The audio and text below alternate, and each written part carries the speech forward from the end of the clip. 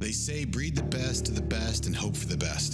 Macoma broke well on the outside. But you don't expect to get speed like this. It is Macoma, the one to catch. Macoma has a 5-length lead in this Grade 1 corner.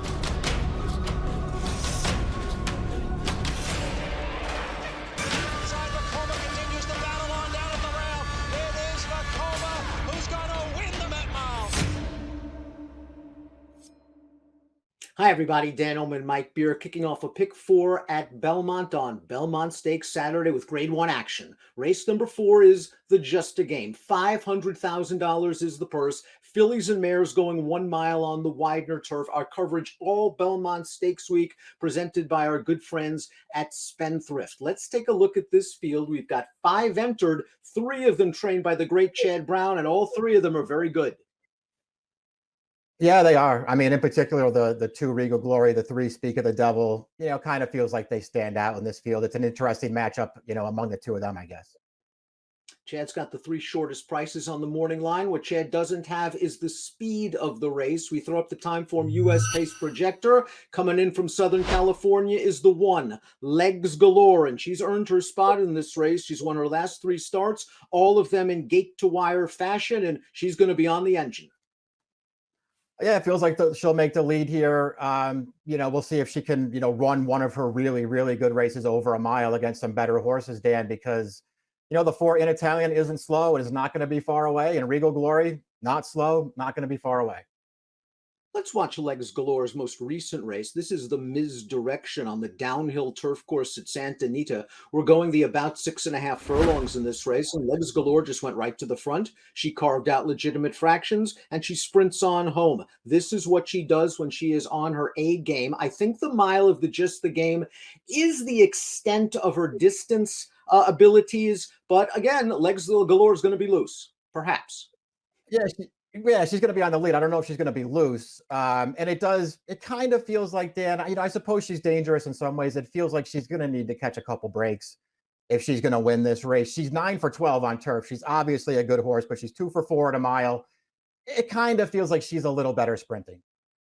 And keep an eye on course condition as well. On Thursday at Belmont, the course was yielding. She's coming in from Southern California. That is a completely foreign surface. Anything other than firm turf, we don't know what we're going to get from Legs Galore. We know what we're going to get from Regal Glory. It's a usual consistent good effort. It seems all she does is run hard. She's come back firing this year for Chad. Let's watch her last start, the Grade 1 Jenny Wiley, and she just got right up close to the pace in here. They weren't going very fast. You could tell Jose Ortiz was just looking behind him on the far turn, looking for the other Chad Brown train runner in the teal Shantasara. Regal Glory got the jump on Shantasara and out sprints her home. Maybe not the greatest edition of the Jenny Wiley, but this mare just shows up every time.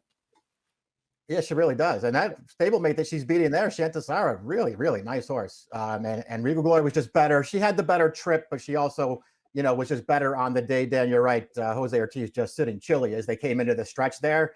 Had plenty left for this horse to kick on home. She's really good. She's also, I just think she's really underrated, Dan. She's been a good horse for a really long time. She's finally gotten those, a couple of Grade 1s recently, which were well-deserved, I think.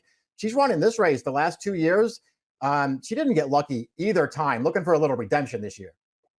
She's underrated probably, Mike, because she's not flashy. She shows up, she gets the job done. You could argue it's workmanlike. I say she's very, very successful. Speak of the devil, her next door neighbor. She was flashy in her first start for Chad Brown. That was at Churchill Downs in the Distaff Turf Mile. They didn't go very fast in that race. Speak of the devil, like many European horses, didn't break great. She was last, and she made this inside-out move on the second turn, blew by the field, and she looked very, very strong in the stretch. She really did. You had to like the way that she just rolled up on that field around the turn there, Dan. It was pretty impressive. I'm not going to deny that. They paid a lot of money for her. She's got a lot of talent. She lacks, sort of that positional or tactical speed that Regal Glory has. Maybe that's the difference as far as this race goes. I mean, she looks like she has a chance to be really good. Should she be favored on the morning line over Regal Glory? I don't think so. Maybe not on accomplishments alone, considering Regal Glory's overall body of work. That last race, though, wow. had the wow factor. In Italian is going to be the longest price of the three Chad Brown train runners and might have the most tactical speed. She was beaten last time out in the Distaff Turf Mile by Speak of the Devil. I really couldn't see much of an excuse that day. She went to the lead. She carved out a pretty easy pace. Speak of the Devil just ran right by her in the stretch. To her credit, an Italian tried very hard all the way down to the wire to finish second. Maybe if you want to say Speed wasn't doing well on the turf courses at Churchill Downs that weekend, you can give her a little excuse. Yeah, you can. She still has to improve in the face of her two stablemates here, Dan. She's very lightly raced. I do think she has a good amount of talent, and I think there's a chance, somewhere down the line, she turns out to be really good. But listen, she was no match for Speak of the Devil last time, and if she's going to beat her this time, she's got to improve very, very quickly. Wakanaka completes this field, going out for Belmont. She was the Italian 1,000 Guineas winner in 2021. Now, she's raced 3 times in North America. She's run fine. The problem is this. In the first one, she was beaten by Regal Glory. In the second one, she was beaten by an Italian. And last time out, Speak of the Devil had her number. Yeah, exactly. Just has a lot of improving to do. I do think in Italian race anyway, 2 starts back, first had a little bit of an excuse that day. I thought she ran really well in that race. Other than that, though, still hard to see her beating, all 3 of the Chad horses in this race. She's going to be a price if you like her. Won the Italian 1,000 Guineas over soft ground. Maybe a little give will help her out. Before we get to our top pick, please click the subscribe button on the Daily Racing Form YouTube channel. We'd love to hear your comments. All the great coverage on Belmont Stakes Week coming up on DRFTV. Top pick time. Regal Glory, very consistent, wonderful tactical speed. She can win from just off the pace. She can win from further back if necessary. I think she's the one to beat. I respect Speak of the Devil. Let's see her do it again. Yeah, me too. That's exactly how I looked at it, Dan. I'm not going to be surprised when Speak of the Devil takes another step forward here and wins, but I think there are some advantages anyway to taking Regal Glory in this race, and that's what I'm going to do. 235 for Mike, 234 for me. It's the grade 1 just a game, kicking off a pick 4 on Belmont Stakes Saturday. Best of luck. Master horse racing with Daily Racing Form's Formulator, now free for DRF Bets members. Sign up to get the best bonus in racing with a $250 deposit match, plus a $10 free bet and free Formulator past performances. Go to drf.com/bet to play like a pro today.